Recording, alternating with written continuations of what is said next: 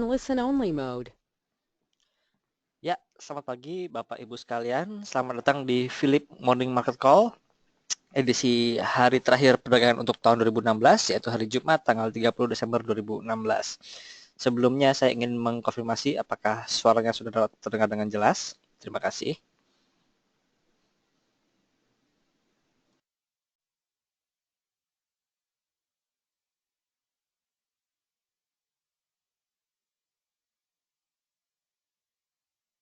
Ya, baik. Terima kasih Pak Robert Ismanuel dan Pak Iqbal. Berikutnya untuk sesi pertama akan bersama rekan saya, Pak Jasa.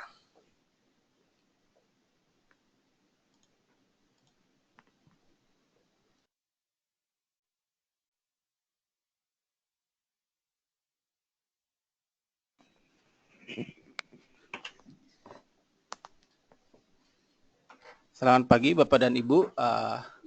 Akhirnya kita sampai pada hari perdagangan terakhir untuk tahun 2016 ini, Jumat 30 Desember. Baiklah, IHSG hari ini kami perkirakan masih akan bergerak bullish, melanjutkan pergerakannya beberapa hari terakhir ini di support level 5160 dan resisten level pada 5383.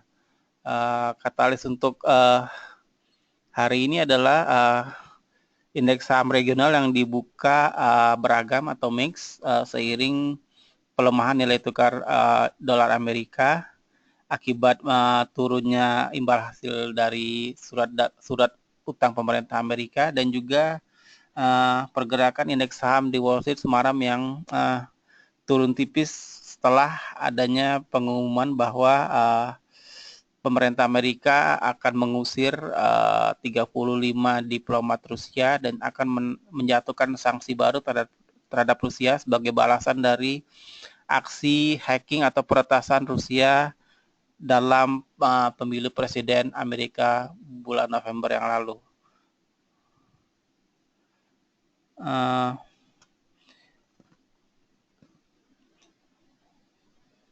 Lelang surat utang pemerintah Amerika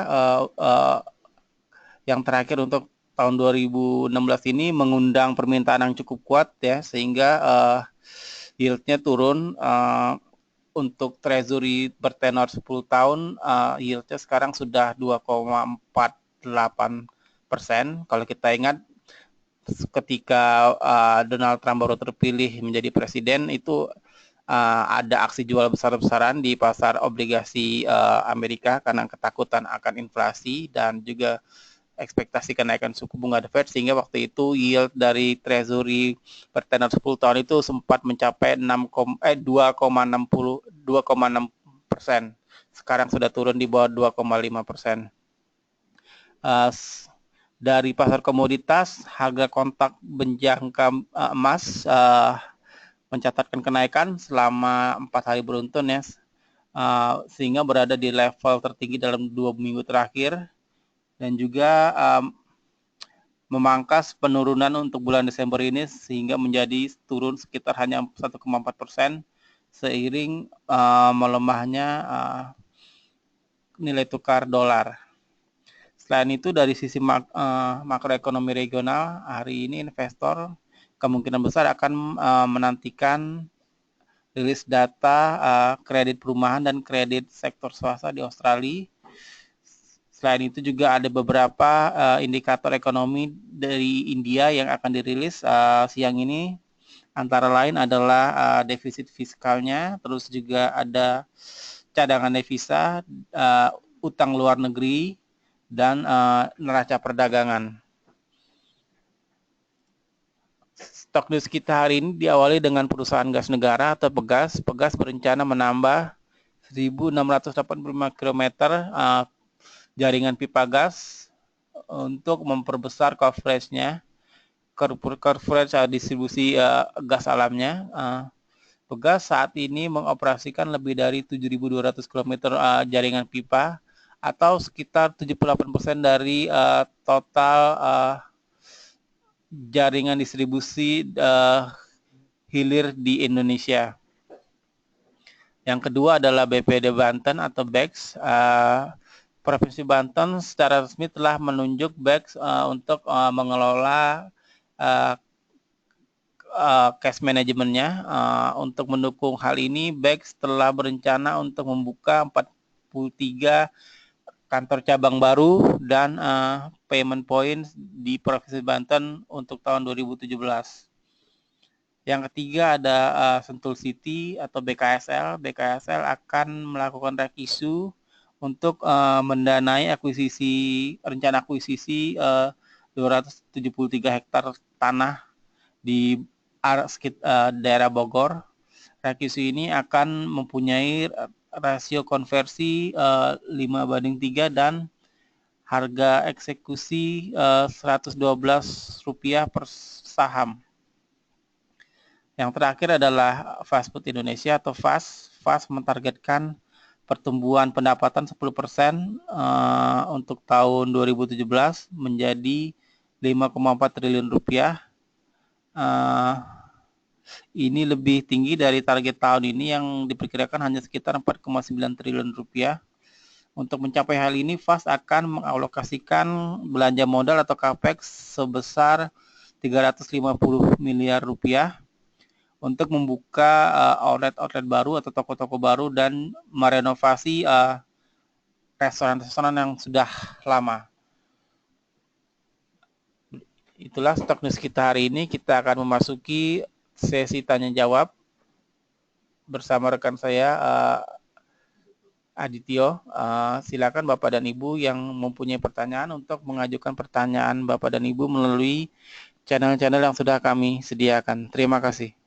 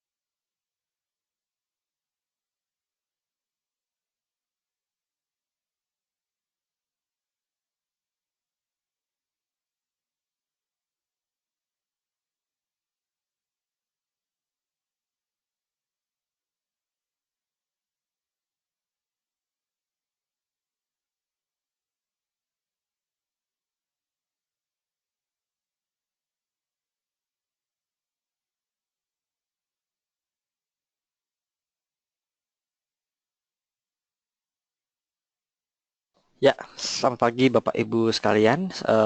Bersama saya Aditya Nugroho di sini. Sebelum memasuki sesi tanya jawab, kita akan sedikit membahas IHSG secara teknikal. Dalam 3 hari terakhir ini window dressing-nya sangat luar biasa, yaitu hampir 300 poin dan bahkan sudah menyentuh level tertinggi sebelumnya di tanggal 9 Desember, yaitu di level 5.300-an. Namun kita lihat di sini bahwa kenaikannya kemarin sebenarnya sudah terlalu tinggi, jadi takutnya hari ini akan kehilangan tenaga. Jadi lebih baik pun ada penguatan pada pagi hari bisa mulai dimanfaatkan untuk profit taking, karena kita bisa memulai start yang baru di bulan Januari nanti.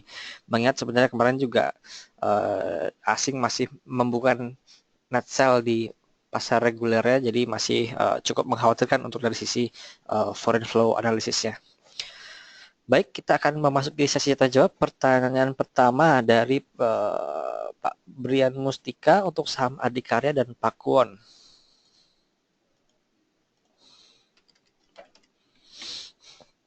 Untuk Adikarya juga mengalami technical rebound, namun kenaikannya belum mencapai level tertinggi tanggal 8 dan 9 Desember di area 2200, masih di kisaran 2125. Seandainya IHSG masih hijau, maka masih ada peluang bagi saham Adikarya untuk menuju ke level 2180 atau 2190 untuk dilakukan aksi profit taking. Jadi kita lihat peluang masih terbuka selama IHSG masih hijau. Dan sama seperti IHSG, kami sarankan mungkin bisa profit taking terlebih dahulu di saham ADI dan kita mulai lagi bulan Januari untuk start yang awal. Kemudian Pakuwon kemarin masih dalam posisi downtrend sebenarnya, namun juga ikut mengalami window dressing. Namun kemarin tampaknya ada sedikit koreksi dari harga tertinggi di 590 dan ditutup di level 580. Sementara sinyal indikator MACD tampaknya agak sedikit lagging, jadi sedikit ketinggalan karena stokastik sudah setengah jalan menguatnya. Jadi hari ini mungkin di kisaran 590 hingga 600 bisa dilakukan profit taking di saham Pakuwon. Lalu untuk sektoral yang kuat dan lesu di 2017 dari outlook kami tampaknya sektor consumer goods dan berbasis komoditas tampaknya masih akan berprospek di tahun 2017. Kita lihat bahwa harga batu bara juga sudah menguat 90% di tahun ini dan masih akan tinggi di tahun depan, perkiraannya begitu karena harga minyak juga sudah mulai stabilizing di harga 50-an dolar per barel. Berikut juga untuk komoditas logam yang sudah mulai beranjak naik, menyusul sudah mulai stabilnya permintaan dari Tiongkok pasca penurunan tajam sejak tahun 2012-2013. Jadi sudah mulai membentuk harga equilibrium yang baru untuk komoditas. Begitu juga dengan CPO, di mana demand-nya juga stabil dan dibayangin dengan penurunan produksi untuk di CPO. Jadi masih akan perspektif di saham-saham berbasis komoditas. Lalu juga untuk consumer goods sendiri, kalau kita lihat dari revenue emiten-emiten yang ada di Bursa Efek Indonesia, memang pertumbuhannya menurun pada 3 tahun belakangan, namun kuartal 3 2016 ini secara year on year dengan Q3 2015 kita bandingkan, pertumbuhan revenue-nya ada sedikit penaikan, jadi sudah mulai bottoming up, ditambah dengan kondisi makro kita yang ekonomi bertumbuh masih bisa 5% perkiraan dari Bappenas tahun depan, jadi masih akan cukup resilient di sektor consumer goods. Sementara untuk sektor lain seperti banking mungkin masih akan diwarnai dengan NPL yang tinggi sehingga pencadangan masih akan tinggi. Kita lihat bahwa Bank Mandiri kemarin labanya turun cukup dalam karena dari sisi top line, dari sisi penerimaan bunganya masih tinggi, namun karena dia menaikkan pencadangan sehingga labanya tergerus cukup besar. Yang perlu kita perhatikan dari Bank Mandiri adalah ketika Bank Mandiri mulai mengurangi pencadangannya, itu akan kembali ke laba bersih, jadi laba bersih akan bisa melonjak, cuman kita belum tahu itu kapan. Jadi mulai diperhatikan jika Bank Mandiri sudah mulai mengurangi pencadangan, nah itu saat yang tepat untuk masuk di saham Bank Mandiri. Tapi secara overall untuk pertumbuhan kredit di tahun depan diperkirakan masih akan relatif sama dengan tahun ini, karena tahun depan dari sisi makro juga ancaman quote unquote dari The Fed yang akan menaikkan suku bunga tentu akan bisa memperketat likuiditas di dalam negeri. Demikian Pak Brian. Berikutnya Pak Robert. Dan Pak Robert, untuk perkiraan saham yang akan naik hari ini tampaknya masih akan seputar blue chip Pak. Mungkin kalau Bapak ada range pilihan saham, mungkin bisa dilihat saham-saham mungkin blue chip dan second yang belum terlalu tinggi kenaikannya, itu bisa diikuti, karena jika yang sudah terlalu tinggi mungkin justru akan distribusi untuk hari ini Pak. Jadi dari saham-saham yang Bapak screen, kita lihat dilihat aja saja mana yang masih belum terlalu mengalami kenaikan. Namun kalau untuk jangka menengah hingga Januari mungkin bisa dijual dulu hari ini, dan Januari kita bisa ambil lagi Pak nanti Pak. Lalu Ibu Vivi, untuk bisa masuk ke harga saham tele di harga berapa? Baik. Untuk tele ini masih strong uptrend ya Bu. Tele mungkin sebaiknya tunggu market koreksi dulu. Kalau kita lihat di sini supportnya di area 800-an mungkin cukup rendah ya. Jadi rentangnya antara 800 hingga 820, ini area yang relatif aman untuk masuk di saham tele. Dan mungkin ketika market mengalami koreksi cukup dalam, ini bisa dijadikan kesempatan untuk masuk di saham tele di rentang tersebut di harga 800 hingga 820. Demikian Ibu Vivi.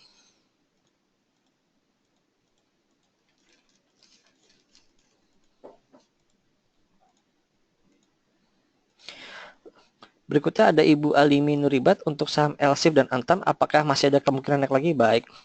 Pertama kita bahas saham LSIP terlebih dahulu. Untuk LSIP kita lihat kemarin pas berada di upper downtrend channelnya. Jadi ditambah ini hari adalah hari terakhir perdagangan. Ada potensi juga bagi saham LSIP ini untuk kembali terkoreksi pada hari ini. Namun kalau kita lihat dari indikator MACD sebenarnya masih ada fase konsolidasi di saham LSIP. Mungkin penurunan tidak akan terlalu tajam dengan support area di sekitar 1700. Namun selama lebih baik untuk aman ya di Januari nanti apakah dia mampu menembus breakout dari downtrend channel ini atau tidak. Kalau sekarang ini breakout mungkin bisa false alarm karena kondisi bursa likuiditasnya kecil sehingga lebih gampang digerakkan. Namun untuk jangka medium long termnya lebih baik tunggu di bulan Januari di mana pasar lebih real daripada kondisi akhir tahun ini. Lalu Antam. Antam kemarin ada fase konsolidasi di support di rentang 850 hingga 870 dan ikut sentimen window dressing hingga menembus level 890. Namun mengingat window dressing hanya berlangsung hari ini, maka kami perkirakan resisten sampai 920 ini maksimum di Antam. Mungkin harga segitu bisa coba di profit taking terlebih dahulu dan kita kembali akumulasi di bulan Januari ketika ada koreksi. Namun kalau kita dari polanya ada harapan bahwa Antam ini sudah keluar dari fase konsolidasi dan bersiap untuk kembali bergerak di harga 900-an. Namun perlu kita lihat Januari nanti seperti apa pergerakan. Jadi lebih baik untuk hari ini jangka pendek mungkin bisa on strength terlebih dahulu di saham Antam. Berikutnya Bapak Sultan Harmoko untuk saham Pegas, Jasa Marga, dan Wika. Baik.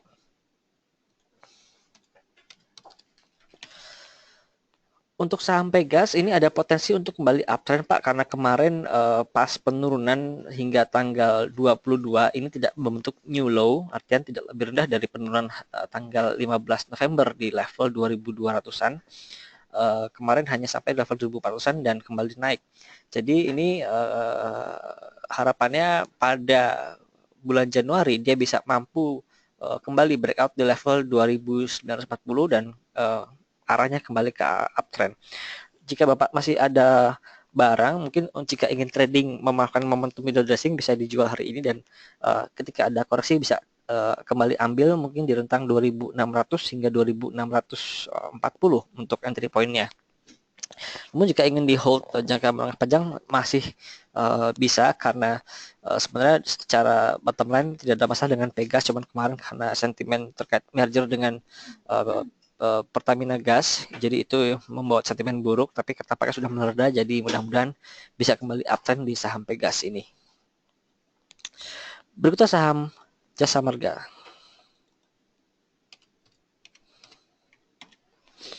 Untuk Jasa Marga secara teknikal juga sudah memasuki fase konsolidasi pasca berada dalam downtrend bulan Agustus hingga akhir November lalu.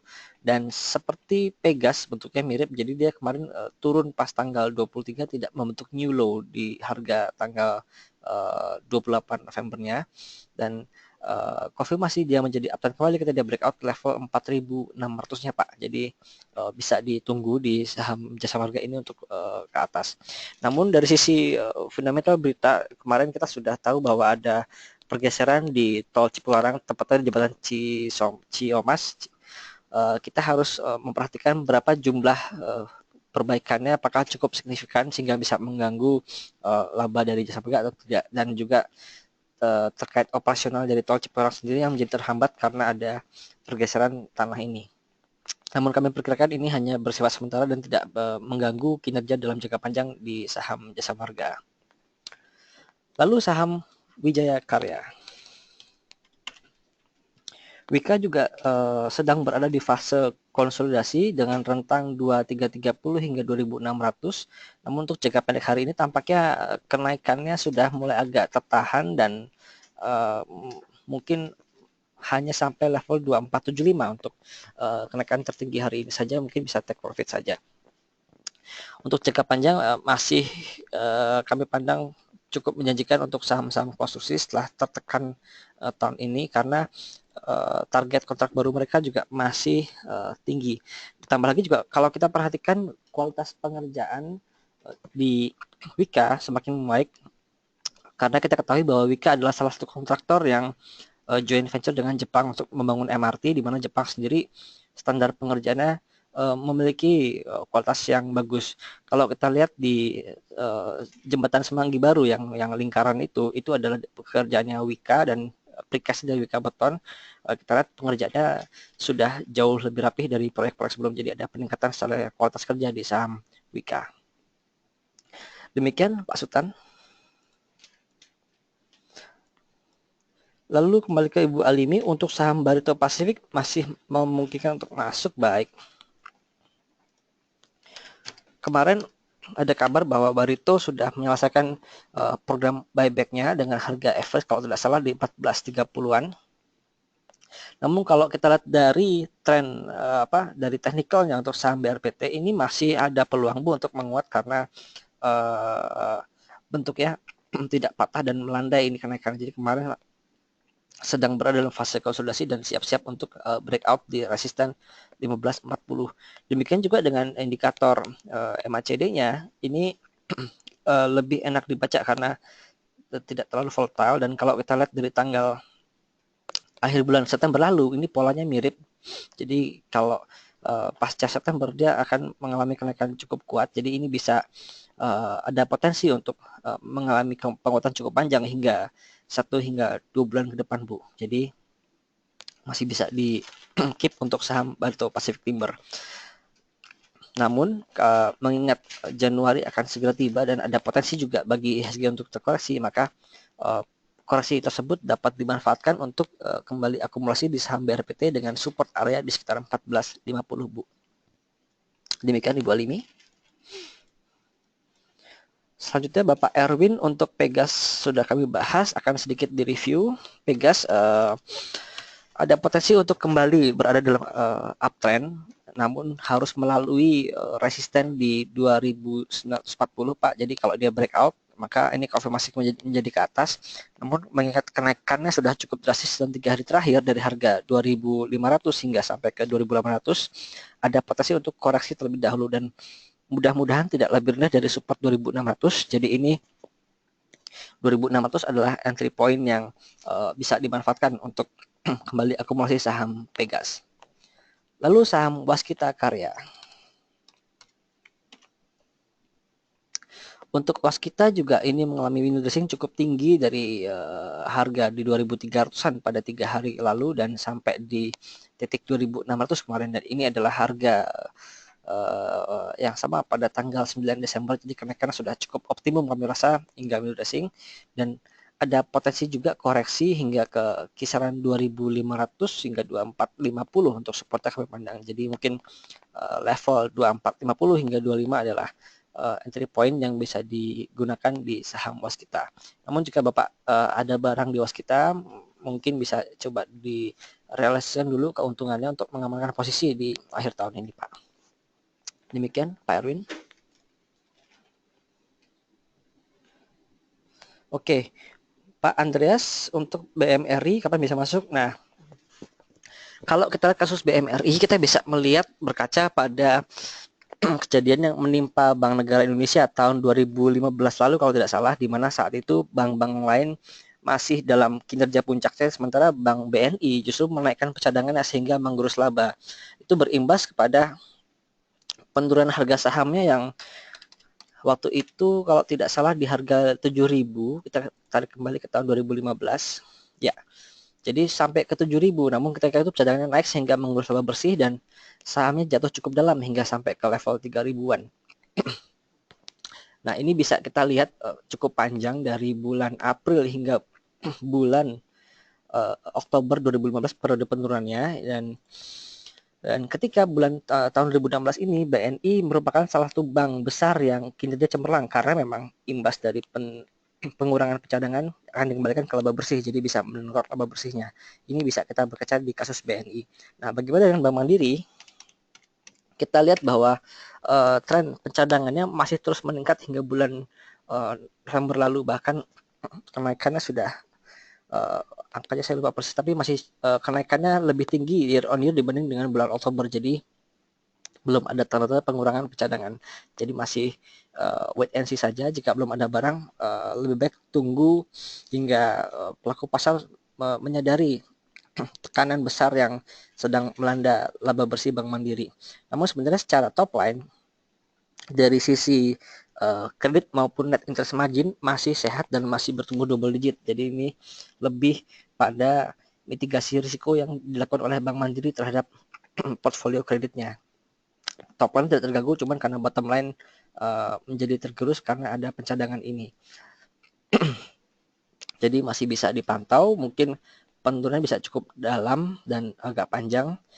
Yang perlu diperhatikan adalah ketika Bank Mandiri sudah mulai mengurangi pencadangannya, itu bisa kita dapat manfaatkan untuk kembali akumulasi di saham Bank Mandiri. Pertanyaannya kapan, dan itu belum bisa kita ketahui karena bank sendiri juga masih belum akan mengulangi, justru masih meningkatkan rasio coverage ya Pak di pencadangannya. Demikian Pak Andreas.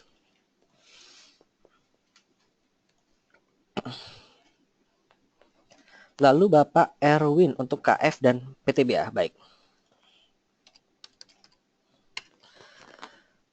Untuk KF secara major trend masih dalam posisi uptrend Pak. Kalau kita lihat secara lebih dekat lagi, ini masih konsolidasi dan tampaknya agak berat menembus resisten 2860. Jadi kalau dia breakout level tersebut dan breakout 3000, maka masih bisa diakumulasi dan di keep saja. Karena memang 3000 ini tampaknya menjadi resisten kuat sejak bulan Agustus lalu dan masih belum berhasil ditembus sejak itu. Lalu PTBA. Untuk PTBA juga masih dalam fase konsolidasi, mungkin dalam jangka menengah ini masih bisa ditradingkan dengan rentang support di 11.700 hingga resisten di 13.000. Sekarang ini masih di tengah-tengah, jadi jika ada koreksi mungkin di awal tahun nanti bisa dimanfaatkan untuk akumulasi dan take profit di kisaran 13.000 hingga 13.500 Pak untuk PTBA. Namun secara kinerja mudah-mudahan kenaikan harga batubara yang berlangsung pada Q4 ini sudah tercermin pada laporan keuangan full year 2016, di mana Q4-nya seharusnya membuka laba yang lebih baik dibanding kuartal-kuartal sebelumnya. Lalu kembali ke Bapak Robertus Emmanuel, baik Pegas. Akan saya ulang Pak, Pegas. Ya, untuk Pegas ini ada potensi untuk kembali uptrend. Kalau kita gambarkan, ini kan channel downtrendnya. Nah, ini channel uptrendnya. Akan kita lihat di sini, ini adalah supportnya. Dan ini resisten di 2940 ini menjadi titik poin. Seandainya dia kenaikan nanti menembus level 2940, maka akan membentuk newer high dari level sebelumnya yang dibentuk tanggal 14 Desember lalu. Dan kalaupun ada koreksi, harapannya tidak menembus dari uptrend channel ini Pak. Jadi support moderate kira-kira di kisaran 2600 ini adalah support kuat, dan ketika ada pembalikan arah dan menjadi memantul di support 2600 bisa diikuti dan entry point di situ, dan kita harapkan akan berlanjut naik dan menembus level resisten 2940.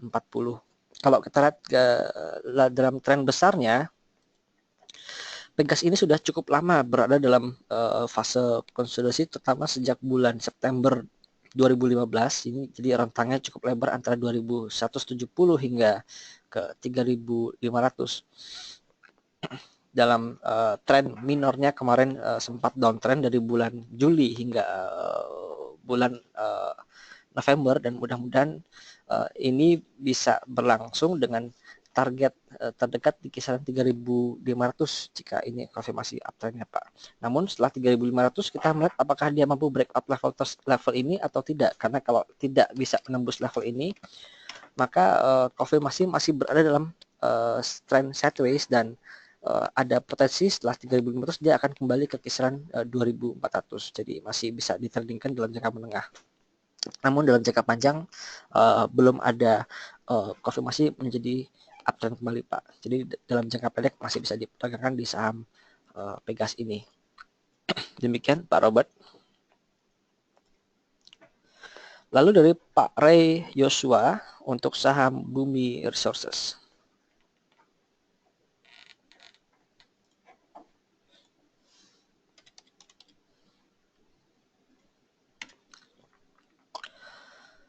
Untuk saham Bumi Resources kemarin tidak mampu melanjutkan penguatannya dan hari ini mungkin akan sedikit terkoreksi ke rentang 270 dan tampaknya sudah mulai stabil di rentang 240 hingga 310 Pak ini. Jadi jika ada pelemahan mungkin bisa dijadikan entry point untuk trading saja di saham Bumi Resources. Karena kita harus melihat imbas dari restrukturisasi utang kemarin apakah benar-benar sudah mengurangi beban keuangan Bumi Resources dan apakah penguatan harga batubara kemarin juga berimbas positif kepada top line dari Bumi Resources. Itu yang harus kita lihat dan menjadi penentuan adalah laporan keuangan full year 2016 ini di mana Q4-nya harus kita bandingkan dengan Q3 atau Q4 tahun sebelumnya. Jika ada perbaikan berarti memang ini bisa di-keep untuk kedepannya, namun jika saya tidak ada perbaikan ini menjadi question mark buat kita karena di mana harga batubara membaik kok kinerja tidak membaik, jadi ini menjadi tanda tanya. Tapi jangka pendek masih bisa ditradingkan dengan rentang 240 rupiah hingga ke 310 Pak. Demikian Pak Yosua.